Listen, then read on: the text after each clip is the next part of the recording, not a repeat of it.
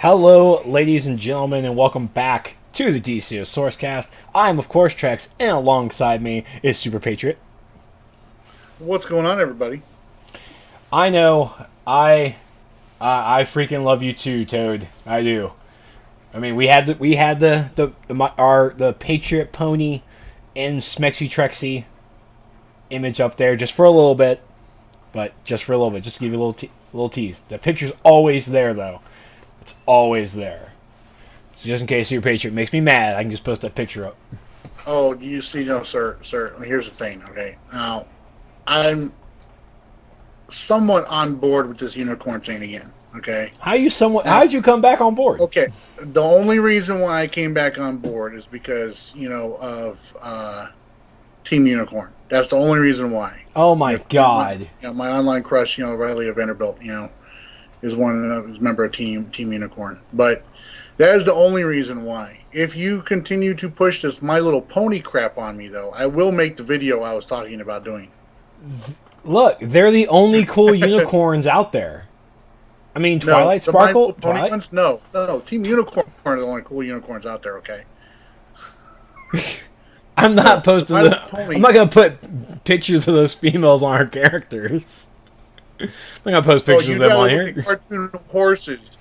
You'd rather look at prettied up cartoon horses than those girls in Team Unicorn. Well, the girls from Team Unicorn. The girls from Team Unicorn are copyrighted. I mean, those pictures are copyrighted. Can't be throwing those faces all over the place. And I only know the one that you know. I don't follow them at all. I mean, really? I saw their music video that they did. That was a really awesome music video, by the way. That was really cool. They've done a couple of videos. Ah, well, there you go. Thank you, Toad. Please do so. Email trex@trexlight.com. Please send those pictures. But all right, thank you all so much for joining us again. It was great to see that Meps gave us a shout out in the show in FNL. Wasn't that cool? Yeah, you're welcome for that. I got my ass handed to me for that shout out. Yeah. Yeah. Okay, let's go with that. I did. I was like, you certainly did lose. I was like, they're queuing up fours. All right, I'm gonna solo queue into fours against a league pre-made. and I can tell you now, I definitely had my PS3 updated, and the character screen was there before they were saying like, all right, last match. I'm like, I was just about to log in. But yeah, I was about to log on my PS3, guys. I really was. Hand on the Bible, hand on a comic book. It was going to happen. Because Super Patriot was there. He lost. I felt I had to try and hurry up and log in to bring some face back to the SourceCast. Yeah, I was like, I got in there and I was like, did I make it in here with them? And then I heard them say, "It's okay. We just win 44." And I'm like, oh man, I did. I was like, and I immediately started to regret it. Yes. So let's go straight into Friday Night Legends. Tonight's guests were from the PlayStation 3, USPS3. It was our good buddy Soar's League, Perfect Legend, yes. The Villain League, and Astromama. The two, I would have definitely went with Astromama too. I mean, woo, names. Yeah, they kill me. So it was a really nice, solid match. Great to see a turnout for the league to show up, and of course the turnout for the chat. Going in there with some Legends PvP, it was really good. The hashtag staple gun weapon all over chat. All over chat. And maybe it was because I turned my head or I was eating my SpaghettiOs for dinner. Where did the staple gun weapon come from? Well, because, all right, everybody was trying to make a justification for the unicorn business by referencing a episode of the Batman show. Right, I remember. And so Jens,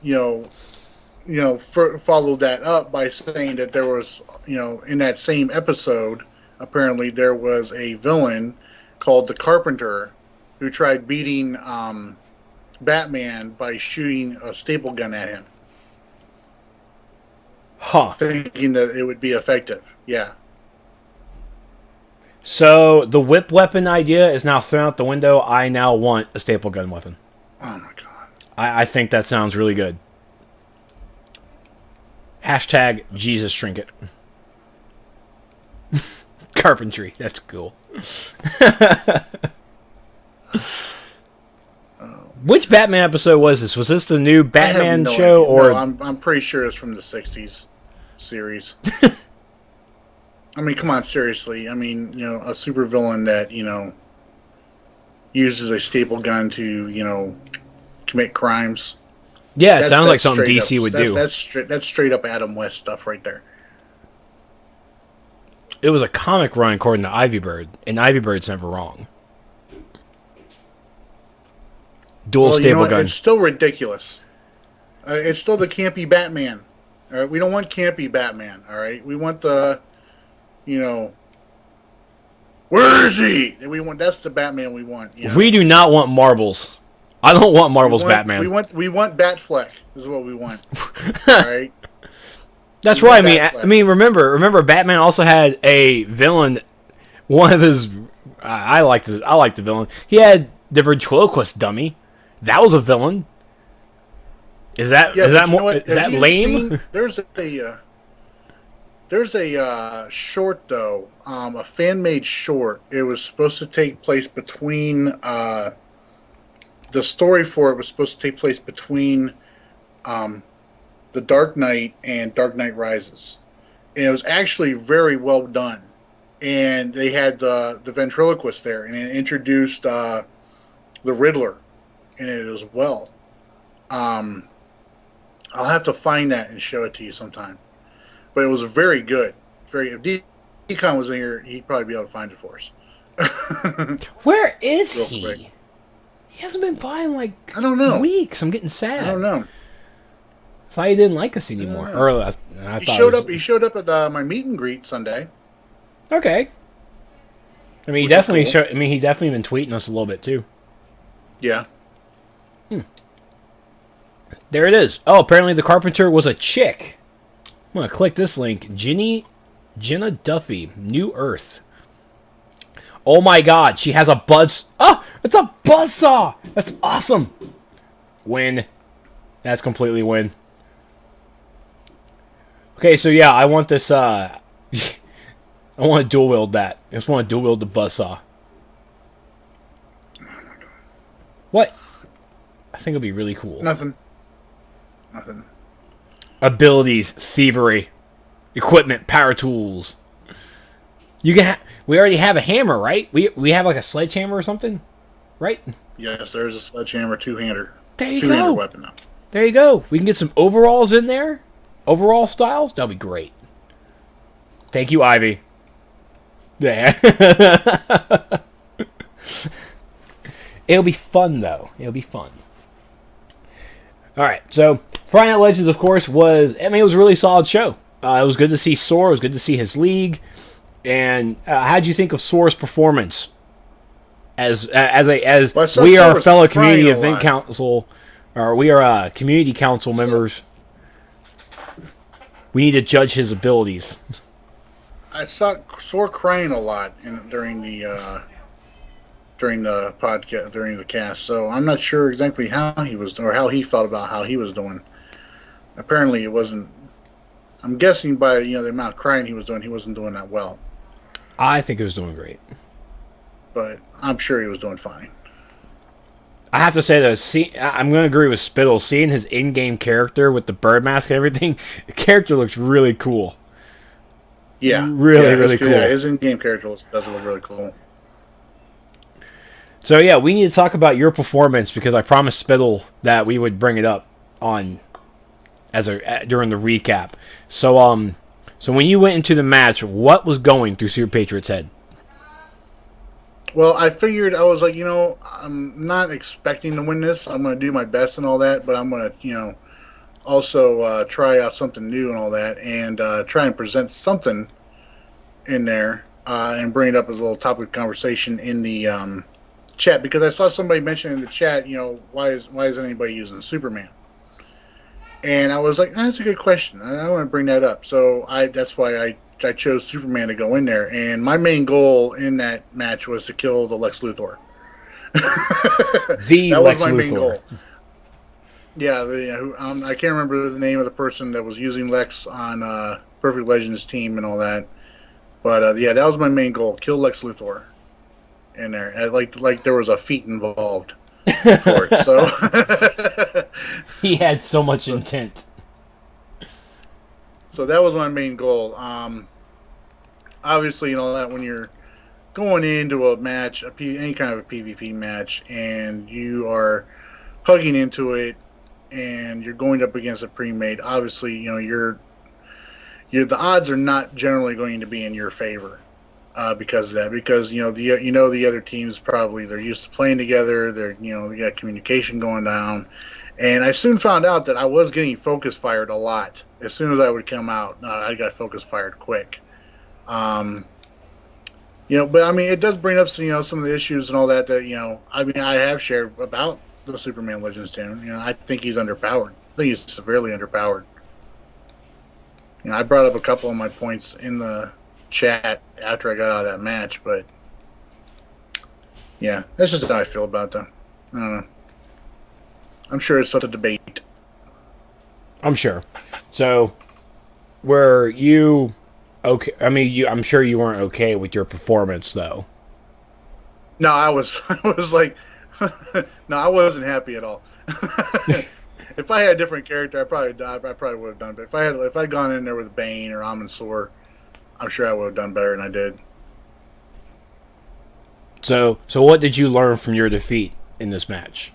Don't have such a powerful name as your Patriot. Just go as alt where no one recognizes you. No. The main thing I learned from it was don't pug Legends.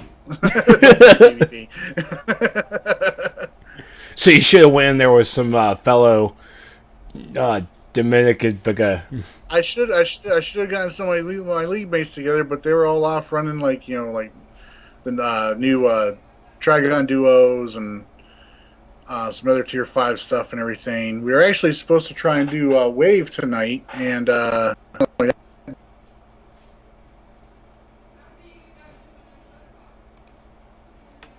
I think I lost Soups again. Awkward. Alright, give me one moment. Let's see if we can get him back. That's weird. I don't know what happened there. One moment. Peoples, one moment. Really odd. Talking to myself again.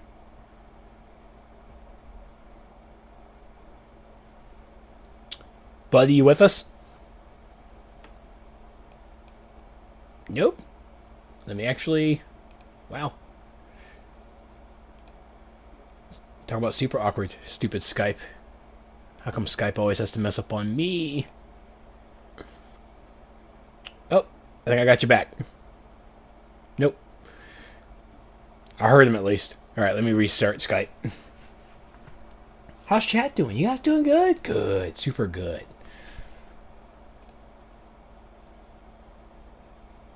Fade now. Okay. Let's see. hello. There you are. Yeah. I was here the whole time. You were fading out on me, sir. Well, you were just like completely deaf on me, sir. So that was weird. Actually, I think I know exactly what the problem was with that, because I was setting up to go ahead and start streaming from the game, and apparently I can't do that. I think my sound card is not like that. Didn't we talk about that last week? No, we didn't figure out what the issue was. Hmm. I didn't know what the issue was, but apparently I found out, because I definitely found like my whole computer just started lagging when I was on my character screen and I had DX Toy running. So I'm sure there's something crossing that it doesn't like, that I'm not happy with now. But I'll fix that another time. So I'm sorry. I wish I could stream while streaming, but that's just not going to happen apparently. So, all right. Let us talk. We found some stuff down in the forums that we want to really talk about. Actually, before we even talk about the forums, I actually want an update on the Olympus Games. Week 1. How'd it go? Week 1 went fairly well. We the arenas matches went good first night, Sunday night. Had some good matches there. Actually, had one of the matches went to a tie the very first match, which was surprising for me considering that the arenas is bare bones right now. So that means like no supply drops. They've got no utility belts or anything like that. It's only allowed like having just a trinket. So I was really surprised to see one of those matches go to a tie, but it was two of the better teams participating in arenas that went to a tie in that matchup. So, like I said, I was pretty excited to see that happen. With the Legends, 4 Legends, that went really well. Also, we only have like 5 teams, I believe, signed up for arenas and 6 for Legends. 4v4 Legends this time around. And and the participants in those, you're guaranteed to get a good match every time. We got a couple of new names in there too. That I was glad to see. But then we had Tuesday night we had the first 2v2 portion of it, and that was a bit hectic. Honestly, I had some disappointments in the 44 Legends and with 2v2 Legends with no shows, people not showing up, not having all their team members on there, and everything. It's a little frustrating. We had like 4 teams didn't show up out of all the matches we had going on Wednesday night or Tuesday night for the 2v2s, and a lot of them were like basically giving the same. The reasons are being people off playing other games, and I know games I know GTA 5's out, I'm playing it. Everyone on YouTube knows I'm playing it. I know people are playing Final Fantasy, and I know people have gone over to play Diablo 3 and everything. Lame. Which it's fine. Everybody's entitled to go play other games, but my issue is. If you sign up for something like this, you make a commitment towards something like this. Make a commitment to it, because a lot of work goes into organizing these things. People may not see it, they may not believe it, or think it's really easy, but a lot of work goes into organizing and promoting these things, promotion especially. But organizing and everything like that, trying to get as many people, not just the regulars, but getting new people involved. It takes a lot of work, and I wish some people would appreciate that and take a half hour of their evening out from doing drive-bys or pretending they're a fairy elf to hop on a DCUO and play their matches out. That's just me, though. I'm doing drive-bys. Other than that, the arenas, we had a good night Wednesday. We had I think we had one no-show there, and all. But other than that, we've had some really good matches. As I said, a lot of other people are signed up. There's still a lot of people very excited for it. People, are just there's other people participating that are just as annoyed by the no-shows as I am, which I'm thankful for. And hopefully, some of these guys will get themselves organized back up together and show up for their matches starting Sunday. But that's about it for the update on that. Of course, if you guys want to check out results of that and everything like that, you can go to the schedule section of the DCUO Olympus.engine.com site. Go to the schedules there, and there's you see the when the matches are scheduled for what dates, and there's a link to the challenge site for their individual brackets for each event, so you can see who's won, who's lost, who's advancing, who's gone down in the losers bracket, stuff like that. Excellent. Can't wait to see what round 2 or week 2 brings us. And you guys are still scheduled. You're still scheduled for October 29th, 25th, 25th. October 25th. Yes, for the FNL for doing the finals matches. Excellent. For Arenas Legend, 44 Legends, and 2v2 Legends. Good. Should be a lot of fun again. Real quick, to answer your question there, I don't know my names. As far as the next tourney for Olympus, there's something in the works for a possible. Well, there's possibly 2 things coming here in November. One of which is definitely going to be a 1v1 tournament that I'm going to put on. It's going to be a 1-day event where once I have my PS4 and I have my Twitch channel up and running, I will be streaming that from my PS4 for everybody to watch. And then there might be another thing coming down the pipe there that I don't really want to talk about just yet. There you go. I haven't been Clarence. I haven't been given clearance yet, Clarence. So Clarence, I see angels. I miss Jimmy Stewart. Oh, that was an airplane reference. Meps, jeez. Oh, I got you. Yeah. Yeah. Roger. Okay, Roger, Sally. over, done. What's our vector, Victor? Okay, I got you. I was going with Jimmy Stewart. I love Jimmy Stewart. But, alright. So, going into a little bit of forum stuff here, just a little bit of discussion stuff that we wanted to bring up. One of the things that we wanted to bring up first was this whole thing with it. You always see a thread about it almost every week. Every week, you always see a thread about it, and it's the it puts a bad taste in my mouth. The what's the phrasing for it? The account bound skill points. Right? I think that's what people are calling it. The account bound skill points.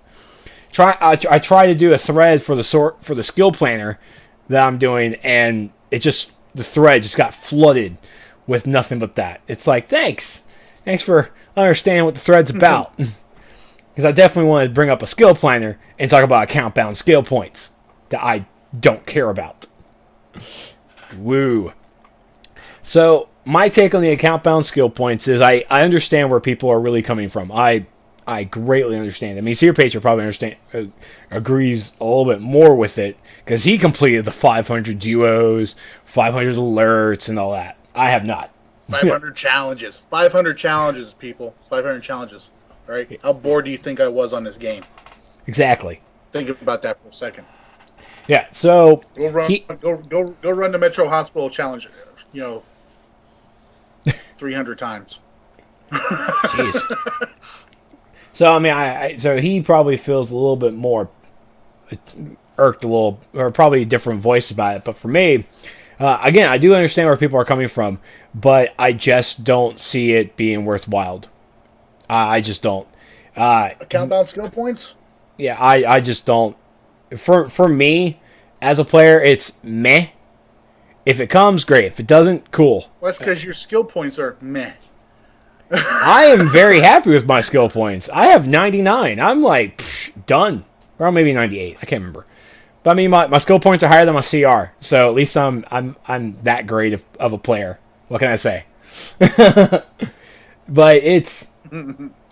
Again, I mean, I see where people really wanting it because they roll an alt. They feel like the game isn't alt-friendly. Because of the skill points. Because of the loot. And with account-bound skill points, it's... Congratulations, you create a brand new character level. He gets out of the little ship or whatever, becomes level 5. Cool. Say there's a 10 countbound skill points. You can complete them on your main. Congratulations. Your new character all of a sudden now has 10 skill points that the character itself didn't earn. As a player, yes, it becomes a division between player time and character time.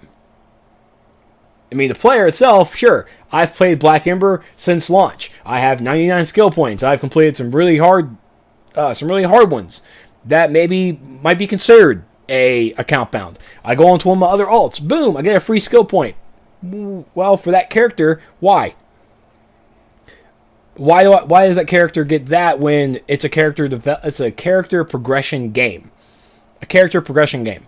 You don't go on to, say, World of Warcraft and get one of the hardest, most difficult feats in that game. It doesn't get carried over to an alt. It doesn't get carried over. It's why? You're hindering your own player progression. Well, okay, first off, let's pause right there for a second. I mean, you can't really compare this game to World of Warcraft. World of Warcraft, you have like 80-some levels, 90-some levels, right? Yeah. Yeah. All right, so, I mean, there's a constant your character progression in World of Warcraft. See, I'm actually, kind of on board with this, with account bound skill points, because I have multiple alts, some of which I've never touched, some I will probably never really do anything with. However, I'd like to be able to do, because a lot of the content is the same on hero and villain. I'd like to be able to go around the villain side and see, is Ninja Batman really that much of a pain in the ass? I hear people, griping about him all the time, but then I hear from other people saying that he's not that big of a deal. But I mean, could I get a tune on the villain side geared up to do that? Yeah, absolutely, I could. Would I get the skill points grinded up the way I did on my main? No, I'm never going to grind skill points on another tune like I have on my main, and that's simply because that took me 2.5 years to get where I'm at with my skill points. All right. Now, if they were to do something like, okay, I know you're talking about, you create a new character and all that, and he comes off the ship, say it was like 150 skill points, yeah, that would be ridiculous. That would be ridiculous. Level 3 running around open world 150 skill points. However, if they were to do something where you had the option, and granted, majority of people would take this option of when you create a new character, all right, and you come out of the character create screen, and it's level 30, okay, it's already level 30. It has the 150 skill points, all right, and then you have the question about gear. All right. Well, with the gear, it would start with whatever faction gear, whichever faction it's a member of. Like, say it's mentored by Superman. All right. So it would come out with that Star Labs gear. So that would be your starting gear for that tune. I don't really see that much of a problem because you still have to grind up the gear for it. Okay. You still have to grind up the gear to get into the instances. I mean, you can't queue into anything because your CRs, you're only gonna be able to get into tier 1 content. All right, so you're still gonna have to grind the gear up and everything, but you won't have to go out there and do the 500 challenges, the 500 duos, the 100 Toyman challenges, stuff like that. I mean, that's why I don't really see a problem with it. I mean, with people who have dedicated as much time, to getting their tune up, their main tune up to where it's at, and everything, I really don't see where it's that big of an issue if they were to implement it in that way. Now, there is a train of thought too. I've seen a discussion about this where, say the grindy feats are the only ones that are account bound. So like, you start up a new character and you would have that new character would have the 500 challenges and the progressive win feats in PvP and stuff like that. But for like certain other feats for like say like style feats, speed feats, on alerts and everything and stuff like that. they wouldn't have those feats. You still have to go out there and earn those feats. But that would be a way of like because you had those 500 challenges and everything. It'd be a way to jumpstart that new tune or that alt for a player that has dedicated the time to put in the time to complete 500 challenges, 250 Batcave wins, stuff like that. Well, I really don't see why we need to see account balance skill points when even the progression of the game brings in new feats that really you don't. I don't have the 500 challenges. I don't, but because of the new feats coming into the game, it really overrides those grindy feats. I don't feel that I have to even do those. No player should. I mean, if you do them, great, but because of how the game is where it is now, with the feats you get from Sons of Trigon or even from Origin Crisis, I possibly don't even need to get that challenge feat. I can work slowly towards it, work at a pace that if I get it, great. If I don't, I can keep moving on. Now, of course, it would help that some of the DLC stuff would actually go towards it if it's classified as it. But hey, that's throwing that out there. But with the new feats that are coming in, players shouldn't really have to feel that the grindy feats are grindy. I mean, they are going to be grindy, but they shouldn't have to feel that they need to get those feats. There's new feats added to the game. Go for those. Just go for those. And because of how they if they didn't introduce new feats to the game with each DLC, and that was kind of like a required thing to even try and get your skill points up, then I can see maybe a count balance skill point certain way. But they introduce new progression with each DLC, new feats to increase your skill points that you really don't need to go back and do the rest. You can if you want, but with those grindy ones, I've been playing for 2 years. I still don't have it. I don't even think I'm even past 300. Maybe even 250. Well, see, my issue is though, it's like even with as much as I've done on my character on my main, I have 168 skill points. All right, because and that's mostly because I did do those grindy feats. I mean, yeah, I still have to get all my creations and all my gathers done and all my salvages done. Those are only like grindy ones I have left to do. But I did put in the time to do those and all that. Why should I not benefit from that even more though with my gameplay by having my controller be having the same number of skill points? I mean, it's just. I mean, I know what you're saying. They introduce new feats and everything like that into the game, all the time. But I mean, like I said, I've got other alts that I would very much like to be able to use in this game. That, while I can use them. Excuse me 1 second. I'm sorry.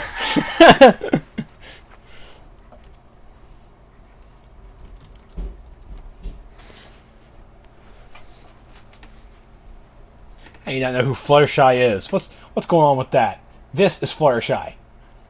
I'm Fluttershy. Yellow, pink. So your Patriot can pick its own colors.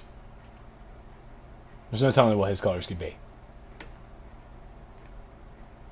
And Soups, are you there still? Or might be on the phone? I'm sorry. Okay. I had to take that phone call. Yeah.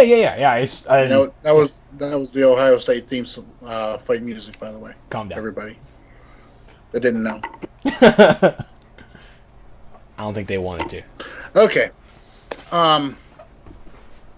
But to kind of finish my train of thought there, I mean, I want to do more on like my other tunes, but then I look at all the skill points that I need to catch up with them and everything like that, and I don't. It's just too much time. It's just too much time involved in that, and. And the game is not alt friendly. To be honest with you, I agree with a lot of people on that part. It's not alt friendly at all. There's no game that's ever okay.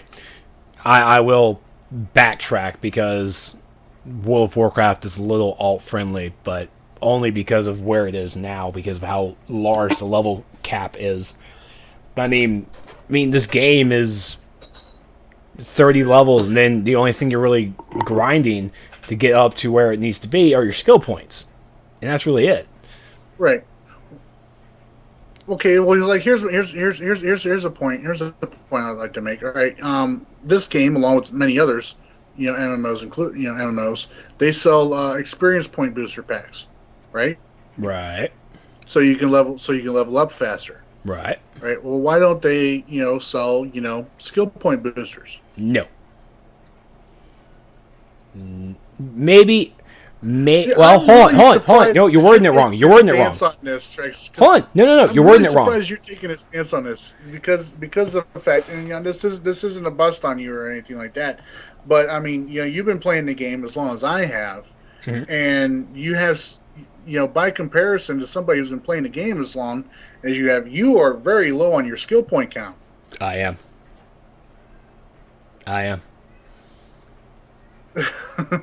But no, you're wording it wrong.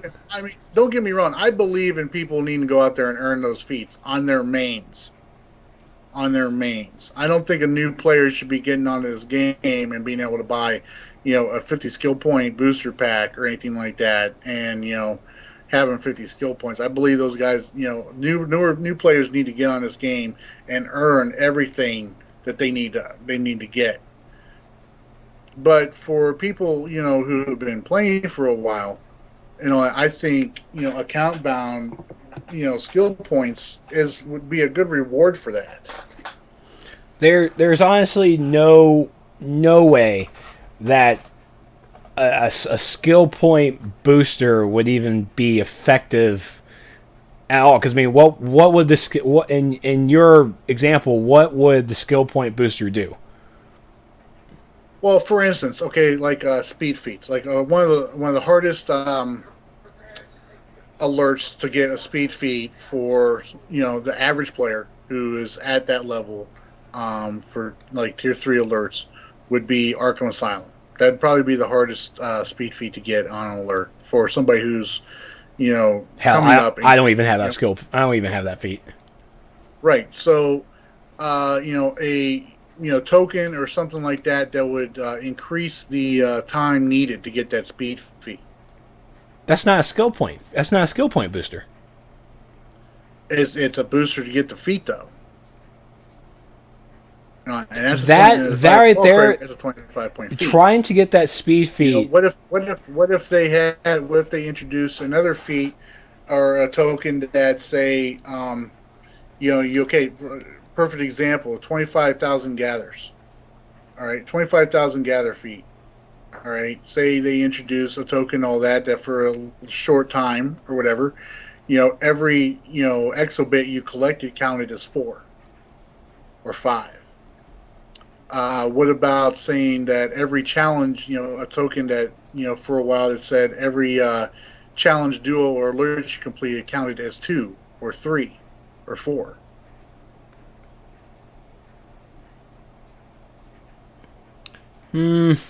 That's how that would work in my mind, at least. The gathering thing, maybe. That's a stretch. But with a speed feat for Arkham, a speed feat in by itself is a feat for skill.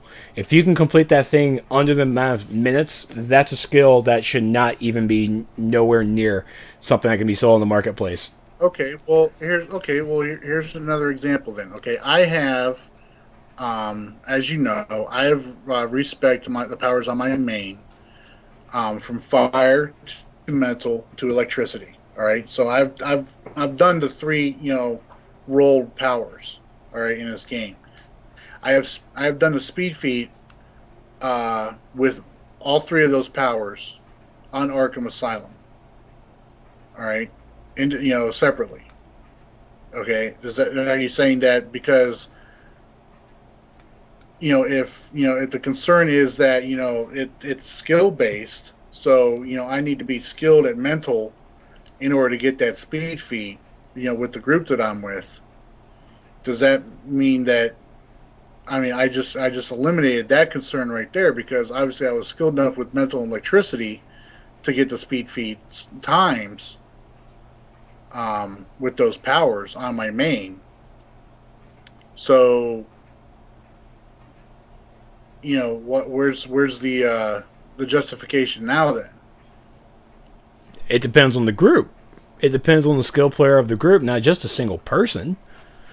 I mean, if you ran it with the same three other people the whole time, I mean, now we're really going into statistics now. Now we're just coming to statistics of the same group and bringing in a different player base and doing another thing. I mean, it just proves that yeah, you're a good player, and you got through it. I'm a good player. At least I think I'm a good player. I still haven't completed it. I haven't completed a lot of speed feats. I still have the Vice speed feat from Fight of the Light. Mostly because I don't even care. And other times because I'm also plugged with horrible people. And I don't care. Mostly it's the horrible people.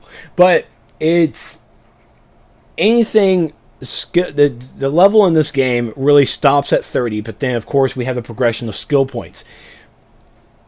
If the feats weren't locked in where we could get 10, 25s, and 50, if it wasn't locked into that, the experience boost for like feats, for a certain amount of time, you can increase your feat points by a certain percentage or whatever. That might be something. But or even that would have to be looked closely if the fact that we weren't already locked in with saying 10, 25s, or 50s. That might be something to look into. But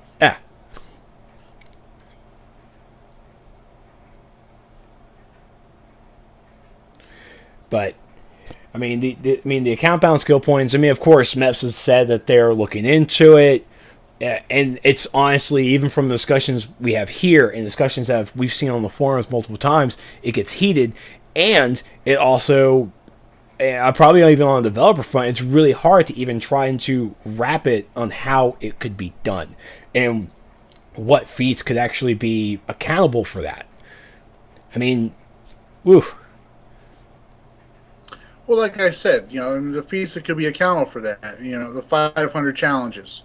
500 duos, 500 alerts, 250 wins in Batcave, Star Labs, Moon, the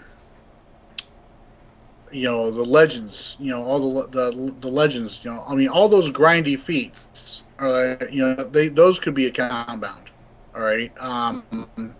The Toyman challenges. I mean, I don't know anybody who wants to go over there and willingly do the Toyman challenges again after they've done 100 of them. I know I don't. I mean, at the same time, it is something to do. I don't think it's a tool just because people are lazy. I mean, I've got 168 skill points on this main, all right, of mine. I was not lazy about that at all. And in fact, there's people out there that have more skill points than me,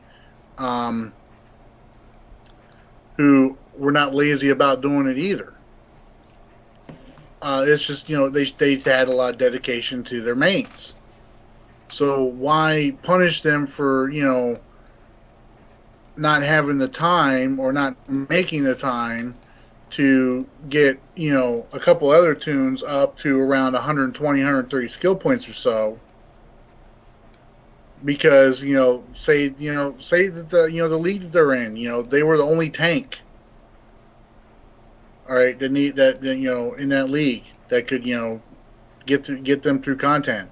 They were the only controller. I mean, we're looking into the eyes of bringing in an alt that has that certain amount of large skill points. You also have to, and just Ivy Bird, I see here in the chat here, you're talking about it's not that hard. You also got to be willing to find people that are willing to take your alts through that content. There are some leagues that aren't willing to do that. That's what Pugging's for. Yeah, and how successful are you with your pugs, Trex? You just said you haven't gotten the speed feed from the Coast City duo because you pug it and you get run in there with horrible pugs. Yes, but I also said I don't even care. Now it'd be a difference if I go into the pug. About this issue then if you don't care about feats. That's okay. See now we're I mean you're on one hand you're arguing against this, but on the other hand you don't care about getting feats or getting skill points. I mean, I get my feats. I mean, if it'll be a difference if I go into the game and saying, okay, I'm gonna I get into a pug, and it's like, and I tell him straight up, it's like, all right, look, we're going for the speed feat. We're going for it. And if we don't get it, it's a blow off the shoulder. I could use a replay badge, or I can wait for the next day. It's something that's not on a timetable. None of these are on a timetable, especially the 500. The 500 stuff is not on a timetable at all. And how I look at it. For some of us, when we were first starting to play up in the game and all that, those were the only feats to go after. Leveling up. That's true. The game has changed for the past 2 years. The fact that now we have, like I said, we have new DLCs and new feats. I try to go for those feats. And when I get done with those feats, then I start worrying about the stuff that I missed. And by that time, another DLC comes up and new feats. And I start working towards those. I literally forget about the ones that even the grindy ones. I know that I have to get those. I know the completionist in me really wants to finish those, but I have a whole new list of new feats to get, and boom, I'm just gonna go do it. I mean, because that's how progression goes. If this was back in year one and and for the first year we didn't see any DLCs, then yeah, I would be. And there was at that cap when it launched in that year, and before we had our first DLC, yeah, I would have definitely been going after that 500 fee a lot quicker, so I can get my skill points up. Now that we progressively see new feats come into the game, those grindy feats, those pass feats, they do not even bother me at all. They just don't. The only ones that I feel that may be grindy would be the PvP ones, and that's because they're static. New ones really don't show up, and they are just there. And even there, with them being grindy, they're easy to get because they're the maps that you have. Those are the feats that you have, and you're PvPing constantly, so you're working towards those. See, I'm just, I'm hearing you on that. I'm hearing, I can't agree with it simply because of the fact that those feats on my alts, I'm never going to get those. I'm never going to get those. Then don't. Those actually deter me from playing my alts. So that's deterring me on experiencing. Cold Fusion here talks about it takes away from the the experience of gearing up another tune. My experience is already being minimalized on gearing up another tune because of the simple fact that my tunes are lacking in skill points in order to do like tier 5 content. I have a troller that I could probably start really gearing up with tier 5 gear to take into Nexus and Wave, but I don't have the skill points on it. I just don't have the skill points on it. That tune's probably never going to be able to go into any of that content. I'm sure he can. I'm sure he'll be fine. With 60 skill points, Trex, really? You think? Yeah, you'll be fine. You'll be perfect. Hey, I'm a fire tank that doesn't block. I do fine. I ran a little bit of Nexus before I had to go, but I was doing fine. It's about challenge. Rawr. But okay. Moving away from account bound stuff. Because we're gonna see a thread on it probably like tomorrow, because people don't reply to other stuff. A thread that I found today that, well, it made me giggle. And almost like broke my head against the wall. It's called How to Make DCO Revenue and Reward Longtime Players. The gentleman in here, gentleman or lady, I don't know genders. This is literally his first sentence. If you are like me, You are pretty disgusted with DCO right now due to, but not limited to, the horrendous amount of luck involved in our progression, the blatant lack of replayability due to how alt-unfriendly this game has become, then finally, the icing on the cake, the slap in the face that is the blatant cash grabs such as the booster bundle and the quote-unquote recruiting program. I use the term recruiting extremely lightly. First off, I'm not going to get back into the talk of the recruiting program. I did a lot of that this morning, and I'm just burnt out on it. Just burnt. We can't go into it because it's NDA, but it was a burnt. Well, I mean, a lot of stuff that was, I mean, I'm not breaking NDA by saying this, but a lot of the stuff that was said in that chat today about it was pretty much things that have already been said on the forums, on the official forums about it. So, I mean, yeah, but I agree. I mean, it's a dead subject. I mean, it would just be beating a dead horse about it. But anyways, he made this little guide, so to speak, to help, where it's to teach the devs or whatever how to make more revenue without upsetting the player base or pushing players away from this game. First off, I'm definitely not like him because I'm not disgusted with DCUO. How can I be disgusted with a business who's trying to make money? The booster bundle, by the way, was a fantastic idea. The people that don't like it were the people who are spending $20 on an aura. That's the people who are disgusted, and those are the people who got the wrong message from the booster bundle. So they have only themselves to blame. But let's go in a little bit about his list here, all right? And so his first list A, okay, legendary only vendor, gear, weapons, plans, accessories, furniture, etc. Minus any styles listed in the reward program to eliminate RNG for your paying customers, and instead use the frustration of RNG as a tool to sell your subscriptions to free and premium players. They can still earn it for all the free in-game, but those of us who run Tier 5 content currently know all too well that the chances of them ever finishing the entire sets are unless they subscribe. This will allow the players to enjoy the game and grind the content that they want to play, rather than force them to play certain parts of the game they may not enjoy. If people are luck-based drops, they can choose to simply not use this vendor and continue to play their way. This will also be an easy cross-sell for replays as well. Alright, so on subject A, first off, a vendor that would sell the tier gear like we have with this new DLC here, I like a vendor who would sell me the weapons and all that stuff. But I also understand why they drop it in the rates for replayability. His first thing, legendary only vendor. Slap yourself in the face. No. No. It's a free-to-play game.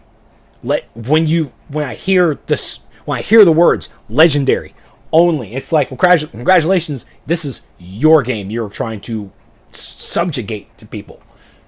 Freedom, people. Freedom for everyone.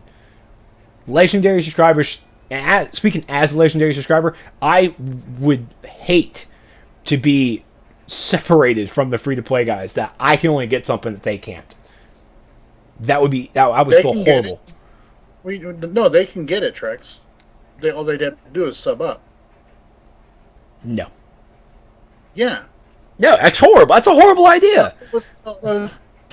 If any of this applied to PvP, I'd be 100% on board with you on that. But you don't win when you do PvE in this game. There's no winning at PvE. You either beat the raid or you don't beat the raid. That's it. There's no winning involved. That is a win. You beat the raid. You won. Yeah, but you there's no. Okay, how many competitive PvE leagues do you know? Me? I'm a league. I'm how a many fat guy. competitive PvE leagues do you know? There's no such thing as I guess there would be. Thank you. So there's no winning involved. You beat it or you don't beat it. All right. You keep going back and you keep trying to beat it again and again until you do. Right. That's not really a win. That's a completion. PvE and PvP may be different, but when it comes to completing content as a PvE standpoint, when you get that tier gear, when you get that gear from the raid, when you get that completion, you get that feat, that right there is telling you, awesome, you are a player, you are a league that completed that raid. That in itself is still a win. There should be no way that as a subscriber, I should have a vendor to myself that the free-to-play guys cannot have access to, that they have access to that same raid, but they have to go through a different channel of waiting for luck. Whereas a legendary, I get the choice. It's like, I didn't get that tank gear. Oh, wait, I can go to this vendor real fast. And then my free-to-play guys like, well, I want to go to the vendor. Yeah, you're going to have to wait for your luck. Every MMO that I have played or even heard of, and I might even be missing one, every MMO is luck-based. There is no MMO that I know of. All right, and again, I haven't played Guild Wars 2. I've only heard things about it. I don't know where their loot system goes. Every MMO that I've played, I have heard of. You walk into an alert, you walk into an instance, you are not guaranteed your piece of gear. You're just not. You go into there, you run it. I didn't get my piece. Well, run it again.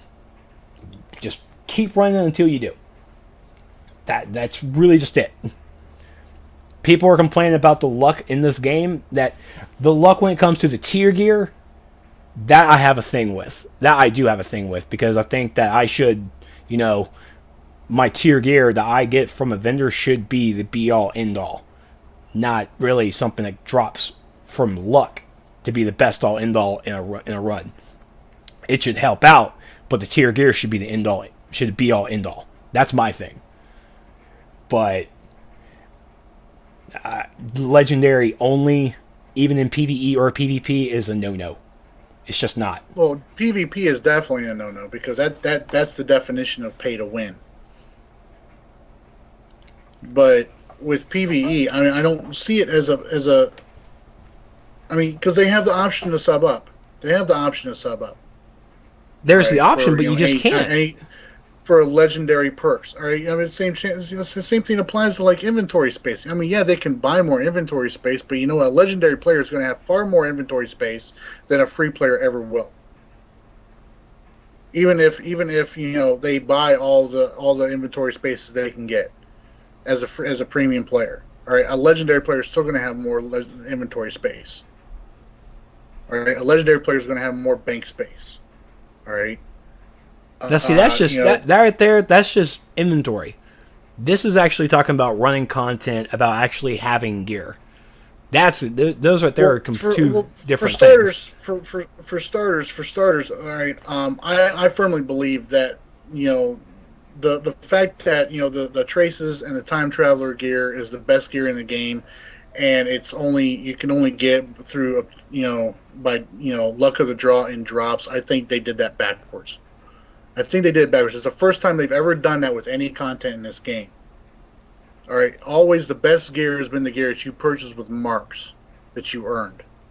It's always been like that until Origin Crisis came out. And then the Origin Crisis came out, and now the best gear that you can get is in Wave, or it's in Nexus, mostly in Wave. All right, and now it's all luck of the draw in order for you to get that best gear. As you take a look at Brittany. Brittany's a perfect example of that. 142 days since she finally got a healer piece, an 88 healer piece, and she's been beating Wave a lot longer.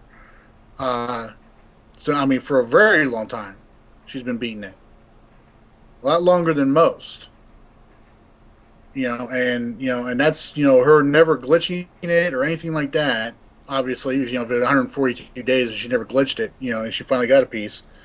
The Codex gear, I don't really count. The Codex gear, most of that Codex gear, Ivy, was like, 2 or 3 digits higher than the tier 4 that we all had. So, like I said, I mean, it's backwards what they did with DLC 8. I'm sorry, DLC 7. As far as the gear progression involved, I really hope they don't ever do it again. I really hope they don't do it with DLC 9 that way. Yeah. So, but I mean, I think that's what he's getting at with that legendary vendor. If they're going to keep progressing with this, the best gear you obtain through drops, then I think that's where he's getting at with one this legendary vendor for that gear specifically. Yeah. All right. Next bullet point he has is legendary only account bound skill points. Ugh. Legendary perk to entice your paying customers to continue to enjoy the same content they have already played through blah blah blah blah blah blah blah. No. We've already said our piece about account bound skill points. One thing I don't like about it is the fact that once again it says legendary only. No. And I mean, I'll give him this. This is, and his third bullet point that he has here is a veteran reward program. What I'm proposing is something similar to how Sea of Heroes did for their longtime subscribers. A program where most wanted items in the game were given to the most loyal players based on how long they subscribed, and they did this in like 3-month increments. Some of his examples here was for the first 3 months sub. Trustworthy feat, 2 stars feat. Excuse me, 2 stars feat. Plasmic aura, 350 replay badges. 6-month reward. Another 2-star feat. We get Wonder Woman's lasso and Cersei's tiara base items. 500 station cash. Dependable feat. Another 2-star feat. All DCUO Facebook promo trinkets. 350. It just goes on and on and on. And while a veteran rewards program does sound interesting, it does sound interesting. His examples, no. I can even tell you now, I had to go a month without being a subscriber because of financial reasons.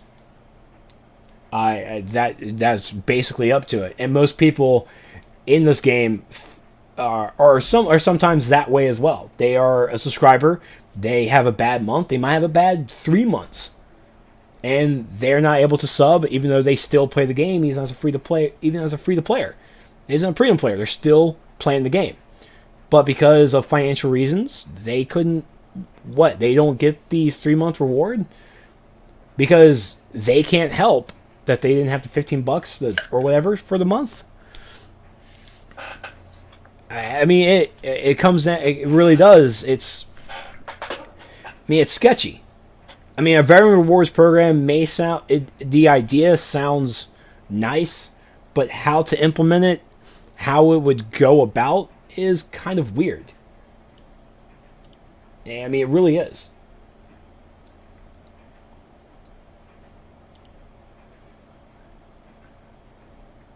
Yeah, I mean, Ivy Bird, cancel the sub and restart it. I mean, hell yeah, Pro 7. Whew!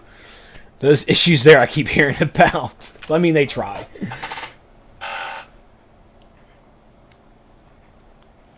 But, I mean, a veteran rewards program, again, the idea, the notion of it, it sounds really good, but how it would be implemented, how his suggestions are, would not be feasible. For the fact that, as a legendary subscriber, we've been legendary since launch. I went without 1 month, and I mean, the first 3 months, we would get a 2-star.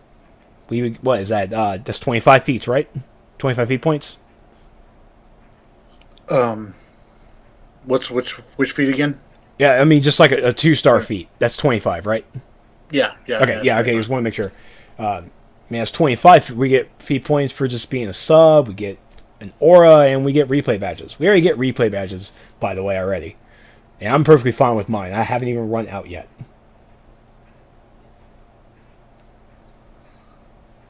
But, I mean, have you taken a look at this veteran reward idea that he had? Yeah, I just took a look at it here a little bit. It's got potential. I mean, obviously they need to do something to keep veterans playing the game. Because I mean, they are dropping off. As much as it may not seem it. A lot of the vets are dropping off in the game. They're going off to playing other games. They may come back for a little while and all that, but if some of them don't come back soon enough and all that, they end up being so far behind, they just give up on trying to catch back up. So I mean, they need to give us some kind of incentive other than just DLC content to keep veterans on the game playing it. Uh, uh whether that's actually maybe given the account bound skill points. I'm not trying to get back into it and all that, but I mean maybe they're tired of tanking. Maybe they want to give controlling a shot, but they don't want to have to slog through the FOS raids over and over again to get their gear up and all that. And I know there's the walk-in thing and all that stuff and all that. And for veterans, I don't really disagree with that. But honestly, I think the whole walk-in thing needs to be dealt with and done away with completely, because it's cheating new players out of the experience of leveling up and grinding their tunes. For new players, yeah, giving skill points to them, that's cheating them out of the experience. Just as much as walk-ins are. But I mean, a veteran reward program, I've got no problem with that. Obviously, a different reward schedule, type, different types of rewards than what he's listed. But I don't know about awarding extra feats or anything like that, because that's going to completely skew the whole feat system there. Yes. But some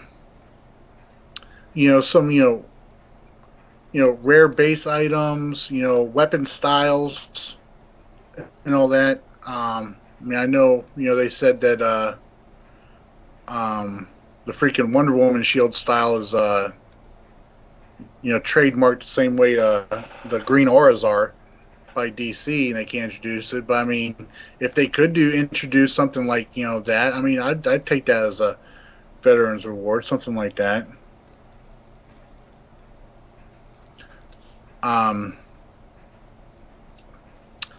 But I don't know. I mean, I like to feel that the time I spent playing the game, excluding everything else that I do, community wise with the game, I like to feel that the time I've spent on the game playing it, I'd like to get a little bit more than just the average guy who starts signing up, who downloads it today and subs up. I was trying to find this. There was a post that I saw today.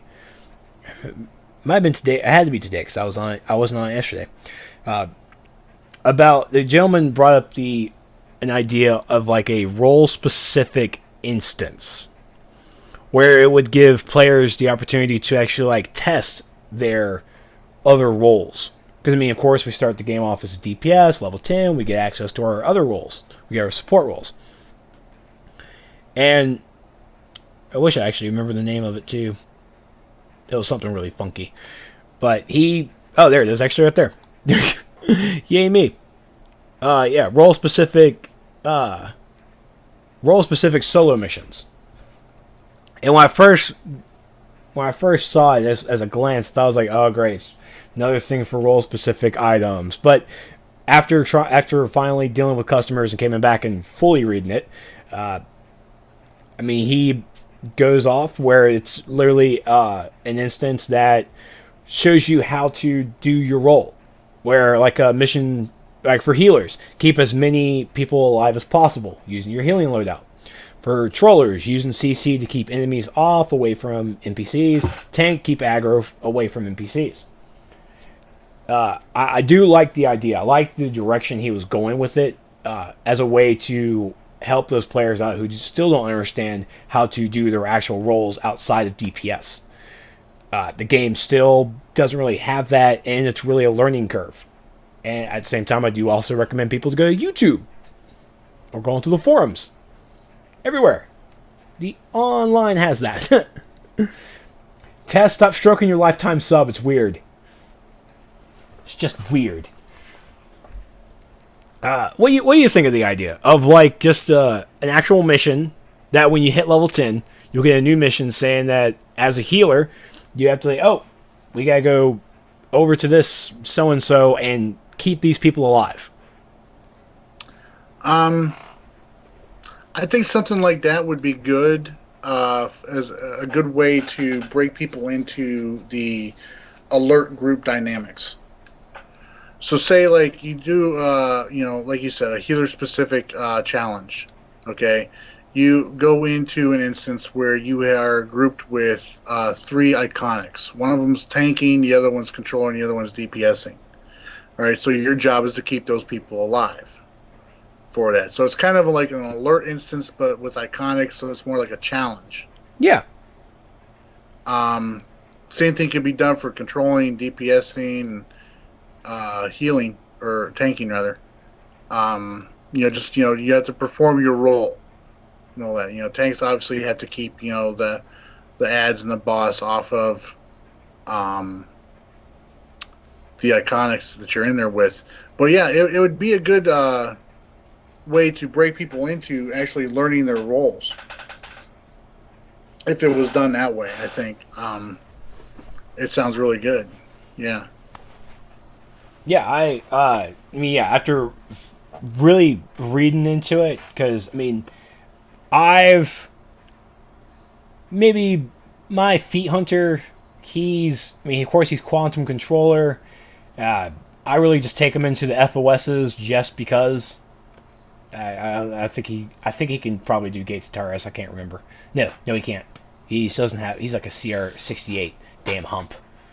Damn that hump. But going into a raid or even going into a hard alert group outside of the tier 1 hard alerts, you start asking yourself. It's like you start seeing a player. He starts doing something weird. It's like, what you doing there, troller? You're not giving out power. It's like, oh, sorry. First time controlling. What? What were you doing this whole time then? Oh, I was DPS. Why didn't you switch over? Why didn't you learn before you came over here to the hard stuff? We don't need a first time controller and strikers. I don't need this. I don't need this in my life right now. But it's but I think this is a very, very good idea for. And I mean, he even says that possibly even doing it for like a fresh 30. I'm going so far as to doing it for when you hit level 10, you even get a trinket. You get your role specific trinket. You get your new role. Why not get an extra mission saying, all right, go heal Superman, or go heal Wonder Woman or something. Tank, go protect Zatanna while she's doing a spell. Tank everything. Use your tanking abilities. Blah blah blah blah blah. I mean, I think that'd be pretty cool. I like it. Go Pooh. Oh my god. I just read his name. His name is Pooh. Mm-hmm. Not even with the H either. It's just thanks, Pooh. Level 10 is when you get your first lure as well. Exactly. It's Michael Grid missed 90% of the show. Just like how Michael Grid does.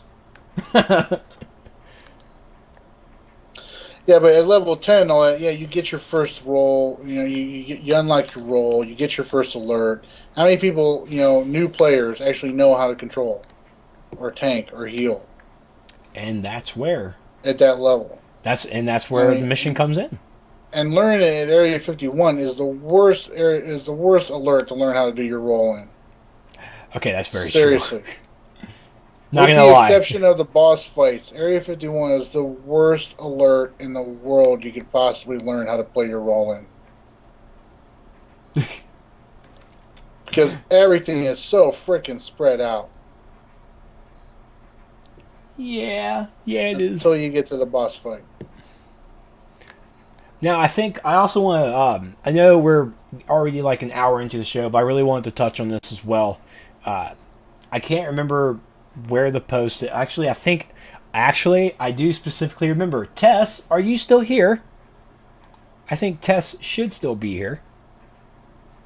Because I'm going to talk about what Tesseract Prime brought onto the forums.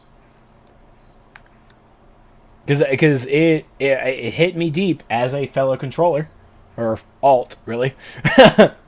I'm not really sure where the thread is. I'll probably find it in a moment as I'm looking. But Tess brought into the fact that where is the crowd control? Where is it? Because Tess makes a good point. Where is the crowd control when it comes? Because even into this tier 5, where the crowd control's at. The crowd control went out the window when tanks had to hold block all the time in the tier 5 raids. That's where it went. Because let's face it, the vast majority of the tanks and all that, and all the tier 4 content before tier 5 came out, the tanks were doing more crowd control than the controllers were. I mean, yeah, you'd have your occasional encasement, panic, interactions and everything like that from controllers. But when it came to keeping as juggled, bouncing them around and everything, keeping them off people, it kind of went out the window when tanks had to start doing tier 5. Yeah, this is actually it's coming from a controller standpoint, where when I'm on my, I honestly I feel like Quantum is super strong when it comes to crowd controlling, just because of the crap, I can't remember the name. It's my power over time ability, whatever. I mean, I stun 2 NPCs. They're stunned, they're locked, they're doing whatever they want. I haven't gone into tier 5 with him, but I've done FOS where, of course, you still see the crowd controls as well. When you get higher into the tiers, into the higher raids, you start seeing less and less of the crowd control. The debuff maneuvers, they do a little bit of crowd control, they do, but you don't see the bosses sometimes actually doing them. You kind of see them on I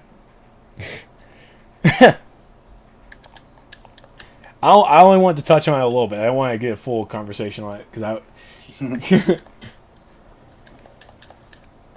don't worry, Tess. I think we're gonna have to bring you on because I do want to. I feel this is going to be touched on a little bit further on, so you will be getting contacted from me. But because I moved away from FOS, or I'm trying to move away from FOS, but even then, I see my usage as a controller. I crowd control. They're stunned. They're whatever. When I did my first Nexus run, the controllers were really doing nothing but power out. I didn't really see them do much of anything else. And I had to even ask my controller buddies, just like, what were you guys doing in there? They're like, well, power over time, and then the other guy was doing instant. That was it. They debuffed. They kept the debuffs stacked. But do we really honestly feel that the debuffs are doing the justice? And maybe you can help me. I'm still trying to understand. What is there any of our stats that actually control a duration of crowd control, or is it just a locked in place? I believe it used to be dominance. I do remember it used to be dominance, and I thought it was still dominance in some form or fashion. But I'm thinking that crowd control is just base. There's no way to really increase the time or anything. And so, when you have a controller, and you of course hear the controllers. It's like, I'm not just a power battery. Yet you're correct. You're there to debuff as well. The crowd control maneuverability with it is gone. Yeah. CR increases crowd control. Well, that just sounds lame.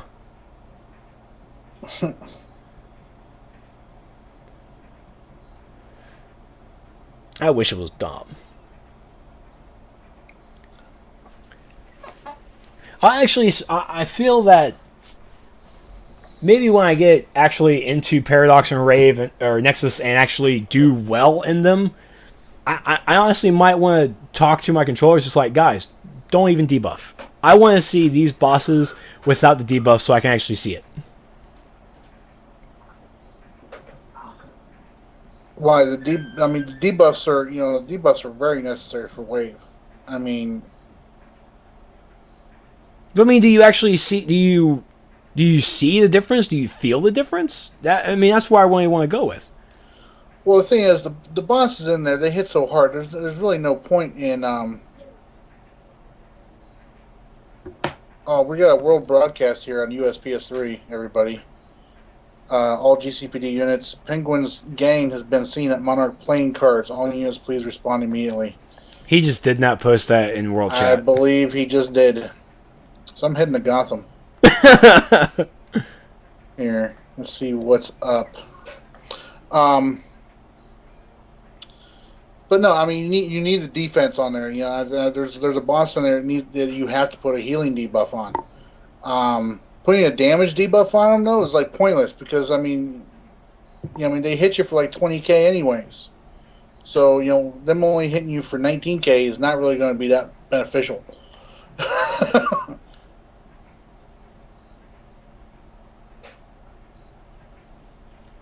Damage debuff equals poop. God, what is with the fecal matter things today? Equals poop. I like that though. And they're saying here that you misunderstood what Tess was saying. Possibly. I'm bad like that. Yeah, it says here. Yeah, I see Tess here. Dom only controller if you can control ads. Nothing to do with the duration. Right. See, and that's the thing too. It's like a lot of these ads and all that. There's no way to crowd control a lot of these ads. Or some of them, I'll put it that way. I know there's definitely no way to try and crowd control the boss. I was like Future Lex. He has one attack that you can lunge to interrupt that attack, and and you can block some of the attacks to stun like Future Lex and Cyber Lex, but and Space too. But yeah, there's really no crowd control at all in these raids in these tier 5 raids. I tried pulling freaking ads, especially in Paradox. There's no way. I've got like almost 1,400 dominance. I should be able to pull a freaking ad. A regular trash mob ad, but I can't for some reason because it's just ridiculously buffed.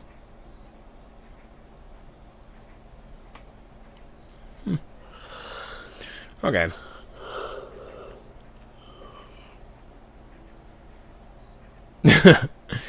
So, I don't know. When it comes to the crowd control, crowd controlling the actual like ads. Maybe. If people actually see it.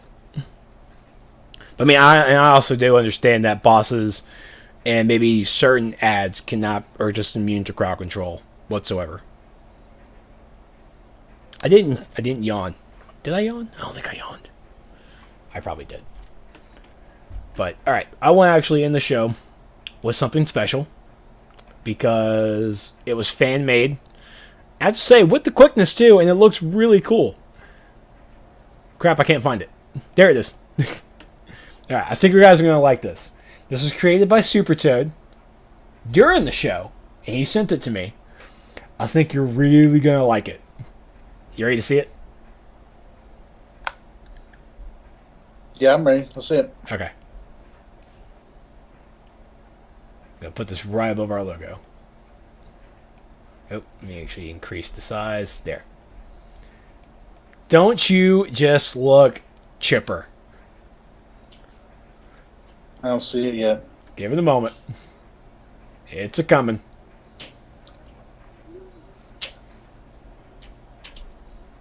Can I just say there's a crap ton Of people? of villains at Monarch playing cards right now? Trying to protect Penguin? I don't know. I'm just seeing, oh my god, there's like so many freaking villains here. I'm surprised the server's holding up. Anybody says there's a population imbalance between heroes and villains, they're They don't know what you're talking about. All right, so there's your picture.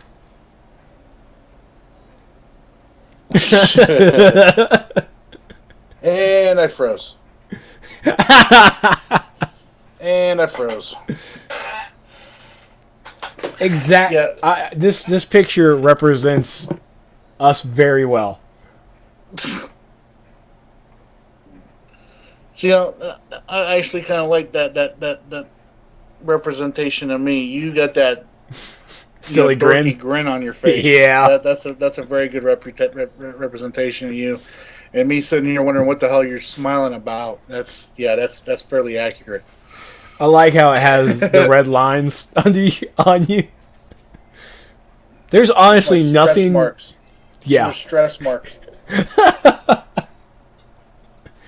I have to say, there's like nothing really distinguishing me on my pony unless you actually know me. Because I have that goofy grin everywhere I go, except for work, because I hate my job. But Super Ted, thank you so much. I'm gonna post this onto the Source Facebook so everybody can see it. I really enjoy it. Yeah. Meps, if you're still in the chat or if you're listening to this, please let Jens know that open world events attracting, hundreds of people into one area is not good for the PS3. If it makes you feel better, it's not good for PC either. Yeah, I know, but I mean, I wasn't even in the middle of anything. I was flying way above it all, watching it on my mini-map. And I froze. Yeah. I honestly like this. I'm gonna have to get Super Ted to do a little bit more with it. It's been a lot. Yeah, Michael. Jens is at home doing some crazy stuff on the PlayStation 3, just doing his own thing. And sure enough, he summoned Penguin beside Monarch playing cards for everyone to go fight. Yeah, apparently, I saw a world announcement. Green Arrow and Black Canary were on their way to help. So there you go. It's going to get worse. It's going to get worse. You're just going to be DCing all night long. Yeah. Anybody who doesn't see it happening where you're at, phase 2, GM Spittle, no space. Oh, I can't believe you just called him out like that. What? Just bringing his name out like that. Now he's going to get multiple tells. He can turn all that stuff off. He can get tells all he wants. he turn everything else off like I do. It's very true. Very true. All right, guys. Thank you all so much for joining us tonight. Be sure to head over to our... Well, you go ahead and start. Where can we find you? Okay. You're gonna do everything on yours. Okay, I got you. I see where you're at. Yeah. All right.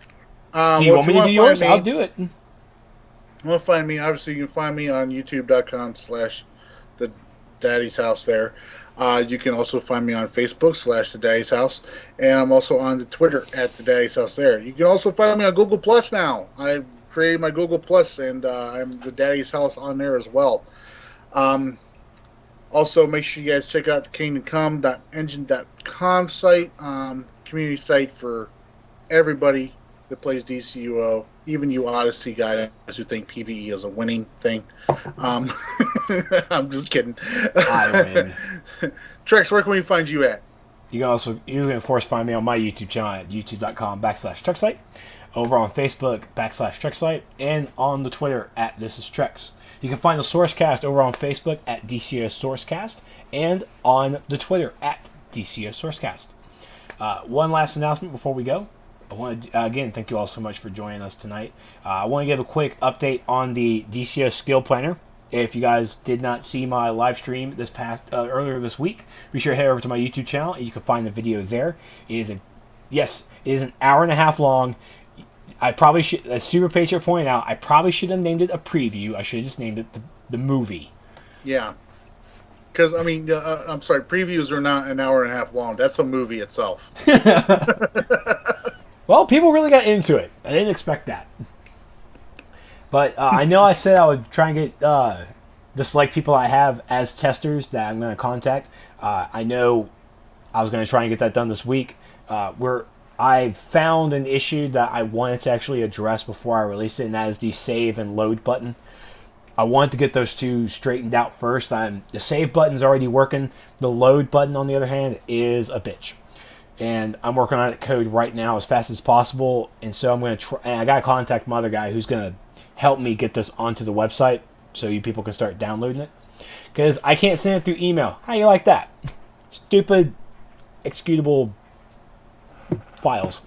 So I'm going to try and work on that through this weekend and try and contact everybody on Monday.